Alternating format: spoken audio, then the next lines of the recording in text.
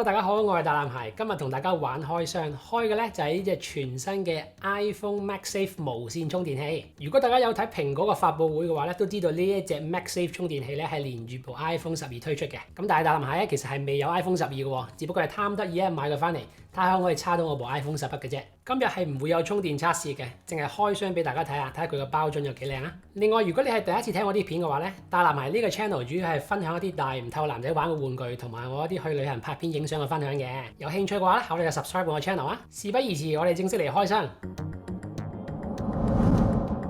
我哋首先睇下佢個外包裝啊，正面咧除咗蘋果 logo 產品名之外咧，就係有 MagSafe 充電器個樣嘅。背面多咗唔同語言嘅產品名之外咧，話俾你聽佢係用 USB-C 插頭嘅。咁同埋下邊咧就顯示緊呢個充電器點樣幫部 iPhone 充電啦。如果你要攞電嘅話咧，佢建議你用蘋果原裝嗰隻20W 嘅插牆充電器嘅。側邊冇嘢，呢邊咧就有堆字，呢個充電器咧支援最新嘅 iOS， 跟住有一堆翻譯啦。盒底就有佢嗰啲巴曲同埋有啲回收嘅 icon 咁啦。如果你都用 iPhone， 又想知道點樣用佢影一啲特效相片嘅話，可以撳呢度睇翻大男孩一啲用 iPhone 影相拍片嘅分享嘅。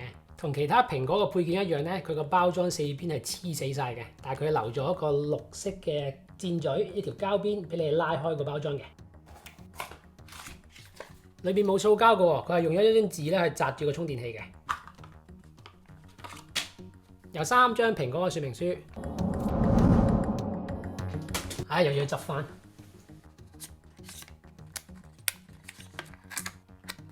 搞咗一輪咧，終於搞到佢出嚟啦，幾聚手嘅喎。嚿嘢係用金屬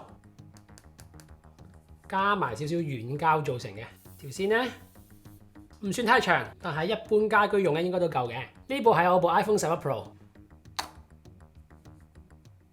都有少少吸力嘅喎。持得到嘅，但係咧就唔係好緊，甩咗啦。我哋睇下佢充唔充到我部 iPhone 11 Pro 啊？咦，得喎，不過唔好開心得咁早，因為我知道呢一個充電器充唔係 iPhone 12嘅手機嘅話咧係好鬼死慢嘅。